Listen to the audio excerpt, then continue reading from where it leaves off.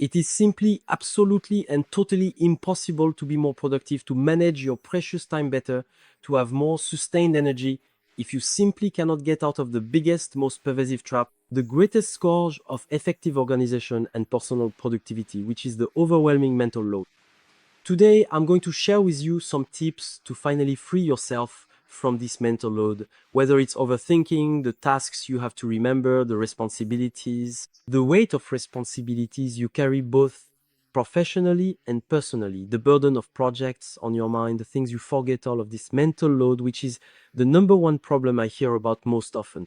And since I've been talking for 15 years about organization and productivity, all while respecting, and this is the most important part, respecting your personality, your flow, your rhythm, it's not about forcing yourself to adapt to certain methods, but rather about understanding how you function and having an organization that honors that. Well, I know this is the number one topic. There isn't a single person I work with who doesn't tell me in one way or another, and I'm going to talk about it well. There you go. I have mental load because actually it's one of the biggest organizational problems. And it happens to me too, to have mental load. And as I said, it takes many forms. It takes many forms, which we'll talk about. But if today you often feel like your brain is overloaded and there's just too much going on in your head, pay very close attention and follow the advice I'm going to give you here. Welcome. Today we're going to talk about the biggest topic, the biggest problem I face every day, mental load. And this significant mental load, as you undoubtedly know, is precisely when you have so many pressing things to constantly think about that you completely forget to truly think about yourself. You entirely forget yourself. On top of that, you might forget things that are extremely important. And this topic is so incredibly, massively, and extremely important that for this very reason, I had an idea. A lot of people ask me for it, so I did it. I created a short program on how to free yourself from mental load, a very specific program about that. I thought since I had so many requests that I would share some practical tips, some nuggets to help you deal with this issue, because I have a whole ecosystem of programs about organization and all that which address mental load. But here we're going straight to the point. How can you free your mind? How can you lighten your load? How can you get out of this both professionally and personally? Are you interested? Go below. You'll find the information there and I'll talk about it again at the end. But just to let you know, right now, as I'm releasing this video, which will also be available as a podcast for those listening to me well, I've launched a program on this because it was so highly requested. I told myself, okay, now is the right time. Here are my tips. Since I keep repeating the same advice all the time, even in my coaching sessions and programs, here you have something specific and very complementary about mental load that will help you work on it specifically and quite quickly. If you put these things into practice, you'll see it will make a difference. And here you're going to get plenty of tips that will already help you. So stay until the end, you'll get some free tips that will really help you start putting things into practice right away. First of all, mental load is like having a bunch of drawers open in your head. You know, it's like you've opened a ton of files at the same time and it's a huge mess with papers everywhere. You have to think about this personal thing and that work thing and that reminder and the project that's coming up next. And actually your mind gets cluttered.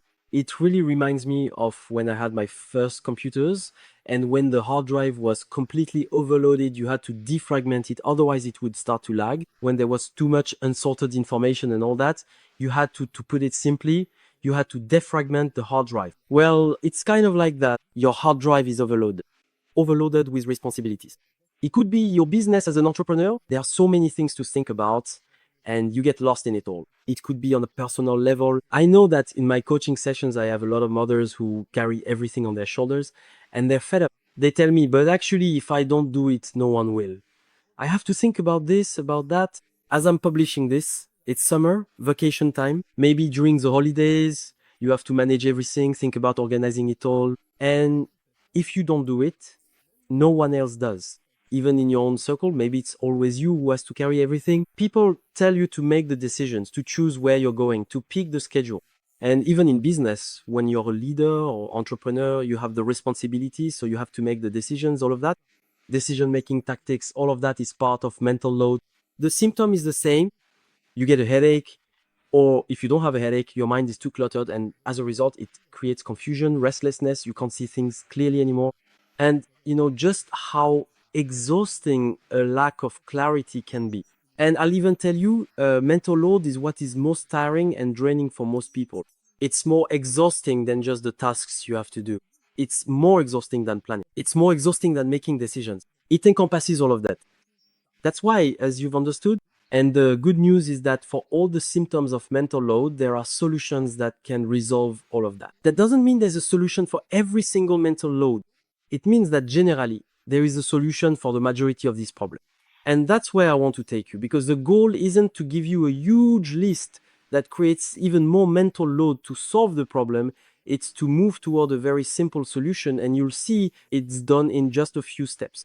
But first, just before that, understand that if it's not resolved, it's a disaster, because maybe you'll experience it, but among many people I've seen who have had burnouts, there's always a mental overload aspect as well. Physical, but also mental. And the mind affects the body. It can lead to faster exhaustion, overload, irritability. It can also be extremely important forgetfulness, especially, for example, with administrative tasks. It can also happen on a relational level when you're more irritable and on edge. It can create conflicts with others. It can even significantly affect your overall health. You never truly get any real rest. Even when you're on a much needed vacation or taking short breaks, you're still constantly thinking about various things. So then, what are we thinking about? We think about the tasks we have to do. We think about the administrative stuff waiting for us.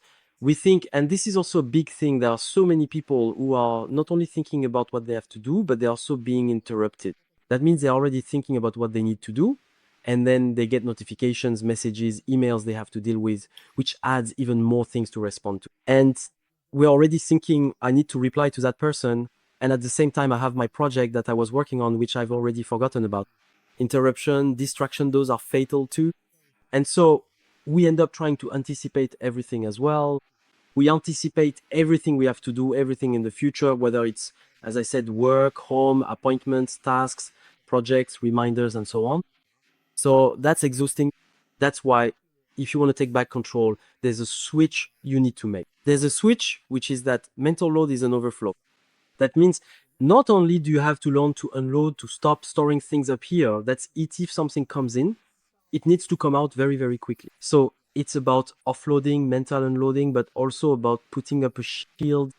That means also learning to protect yourself so that you no longer want to filter everything that comes in. So as you can see, not only do you need to have a filter in place, but you also need a process that allows things to come out as quickly as possible, all while having an ecosystem that supports you, that carries everything along with you. So as you can see, there are really three pillars: filtering, unloading, and above all, spreading the weight around. Because as you've seen, the problem with mental load is that it's a weight, it's a burden.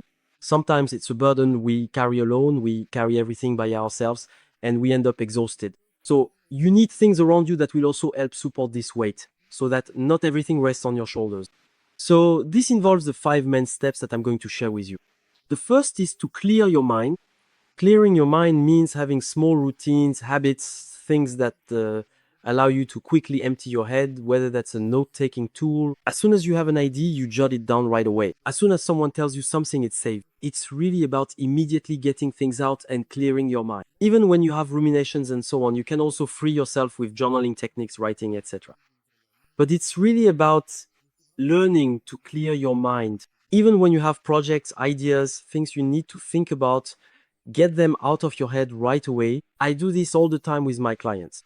You have to do it right away, and depending on personality types, well, we'll adapt.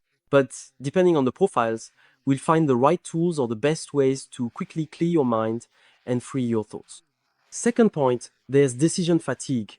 And that's where you need to learn very, very quickly how to prioritize. Prioritizing in the sense of learning to quickly know what is truly important and what isn't. I'm not even talking about urgent and important yet. That, and besides, if you know my views on the Eisenhower matrix, I find it to be a limited tool.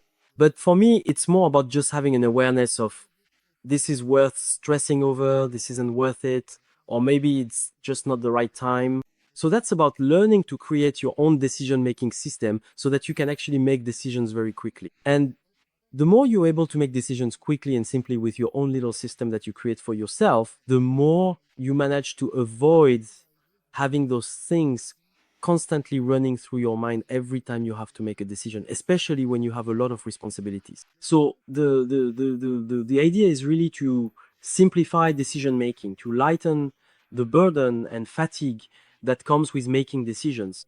And if you do that, for example, by preparing in advance, having meal plans, having outfits ready ahead of time, having fewer choices in your environment, simplifying the options you have in front of you, it really helps a lot with this. The next point is to really have an ecosystem that actually allows you to externalize. So here, I was just talking about managing to distribute the load. So having a calendar system, a project planning and management system, reminders for the tasks you need to do, and tools for collaboration.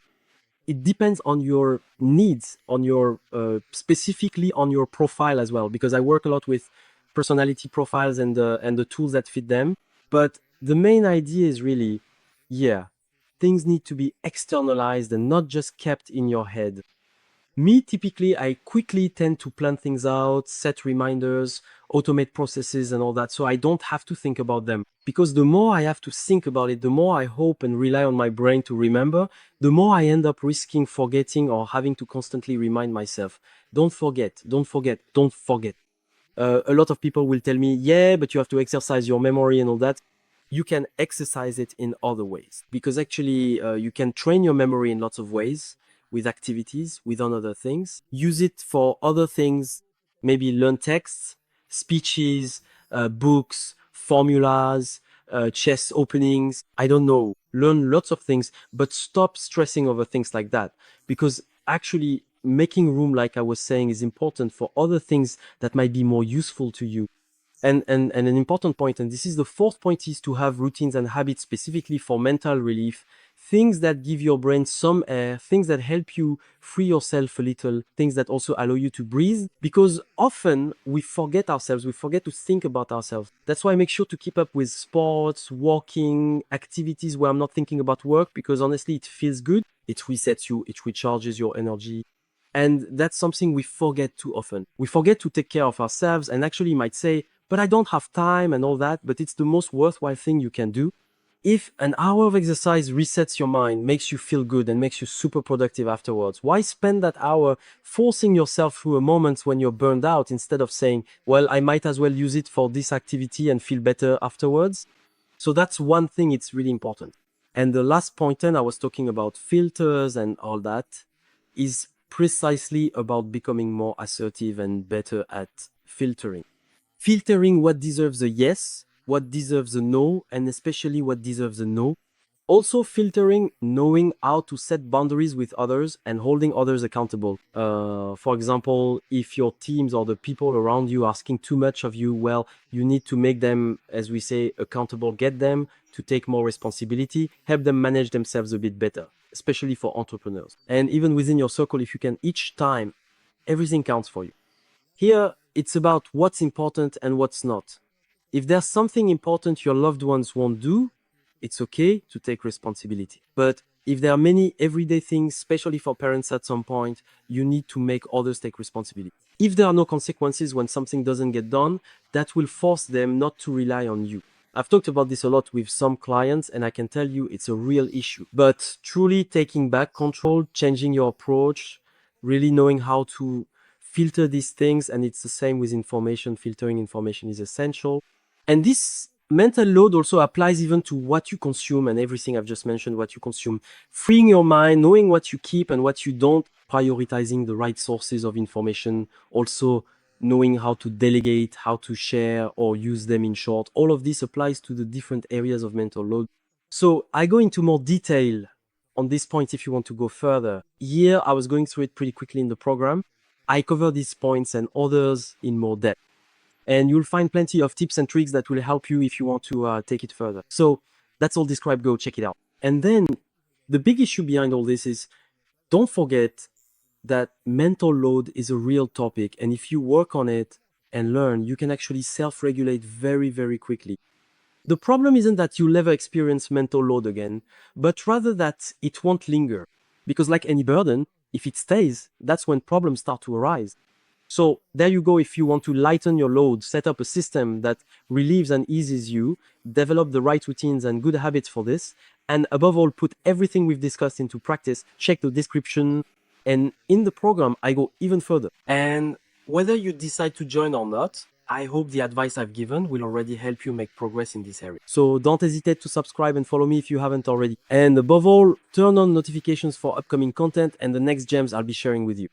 Well, I wish you lots of success. Stay light, stay in the flow, and goodbye for now. See you very soon.